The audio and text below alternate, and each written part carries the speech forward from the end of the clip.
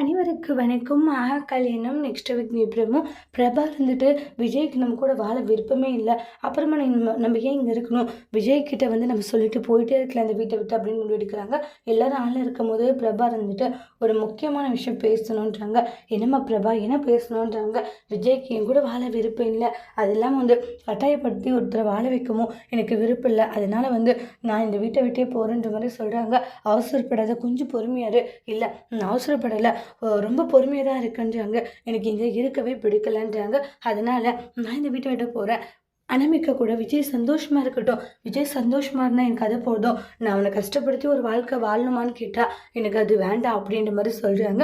எவ்வளவோ பிரபா கிட்ட பேசி பார்க்குறாங்க. ஆனால் பிரபா எனக்கு ரொம்ப கஷ்டமாக இருக்குது, ஏன்னா இப்படி எல்லாரையும் கஷ்டப்படுத்தி வாழணுன்றது என்னுடைய நோக்கமே கிடையாது, எனக்கு இது பிடிக்கவே இல்லை அப்படின்றாங்க. கோடீஸ்வரி எல்லாம் கொஞ்சம் பொறுமையாக யோசிச்சு பிரபா, அதுக்கப்புறம் உன்னுடைய வாழ்க்கையே கெட்டு போயிடாமா, நான் நல்லா யோசிச்சு தான் உங்களுக்கு எடுத்திருக்கேன். விஜய்க்கு என் கூட வாழ ஒரு துளி கூட விருப்பம் இல்லை. அப்படி இருக்கும்போது எப்படிம்மா வாழ சொல்கிறீங்க, அது என்னால் ஏற்றுக்கவும் முடியலம்மா அப்படின்ட்டு ரொம்ப எமோஷ்னலாக ஃபீல் பண்ணிகிட்ருக்காங்க.